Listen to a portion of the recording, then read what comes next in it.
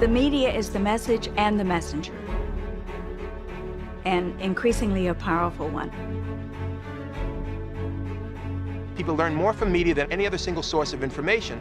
So if we want to understand what's going on in our society in the 21st century, we have to understand media.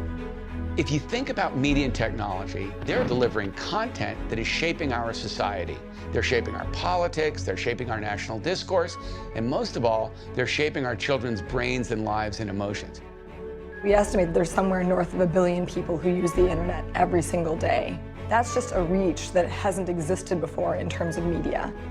Our kids today live on Facebook and cell phones. The diversity of the platforms means that those images are impacting your kid 24/7, and whatever restrictions existed when we were growing up simply don't exist today. Girls get the message from very early on that what's most important is how they look, that their value, their worth depends on that. And boys get the message that this is what's important about girls. We get it from advertising, we get it from films, we get it from television shows, video games, everywhere we look. So no matter what else a woman does, no matter what else her achievements, their value still depends on how they look. There is no appreciation for women intellectuals. It's all about the body, not about the brain. The fact that media are so limiting and so derogatory to the most powerful women in the country, then what does it say about media's ability to take any woman seriously? The ideal image of beauty is more extreme and impossible than ever before. In the old days, the perfection was achieved through cosmetics and airbrushing, but now it's possible for that image to be absolutely perfect because of computers. You never see the photograph of a woman considered beautiful that hasn't been digitally altered to make her absolutely inhumanly perfect. Girls are being encouraged to achieve that ideal at younger and younger ages all the time. They end up measuring themselves against and feeling insecure. The effect is primarily subconscious. It is very harmful, but for the most part, we're not really aware of that. As a culture, this is all about capitalism.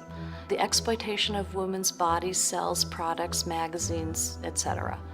This notion that these media companies are just giving us what the public wants. No, they're giving us what the media companies want, they're giving us what the advertisers want, and they're packaging it in such a way as to make it sound like it's our fault, and it's not.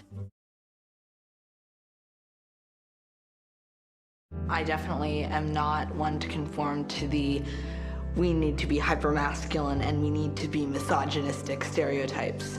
And it really puts a lot of pressure on me when I have relatives who have grown up with this phenomenon who attempt to put me on that path, but I'm not ready for it.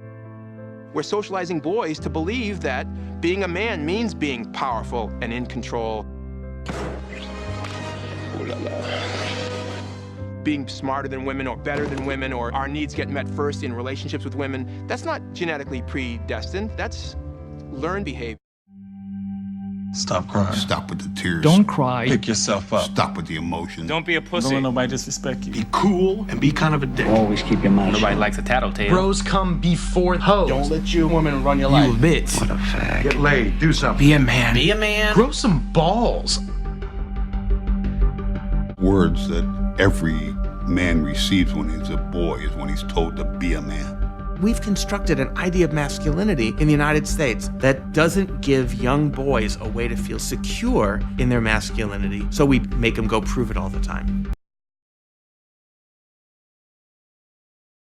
I remember 5th grade, I was worrying about my weight, and now I'm in 9th grade, I'm still worrying about my weight. I have close friends that in between break periods, they will go to the bathroom and put on 10 pounds of makeup, and you're at school to learn.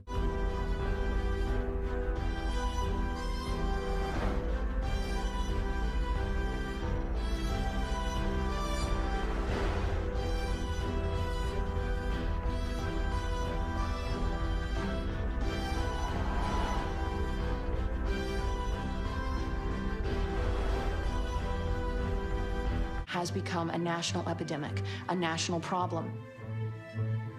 The more women and girls self-objectify, the more likely they are to be depressed, to have eating disorders. They have lower confidence, they have lower ambition, they have lower cognitive functioning, they have lower GPAs. This is dangerous business. If the media is sending girls the message that their value lies in their bodies, this can only leave them feeling disempowered and distract them from making a difference and becoming We're creating new leaders, and they're going to not look like how they always did, an older white male. They're gonna look like a woman, and they're gonna look like people of color, and that is the true reflection of this country and of this world. The media can be an instrument of change. It can maintain the status quo and reflect the views of the society, or it can awaken people and change minds. It depends on who's piloting the plane.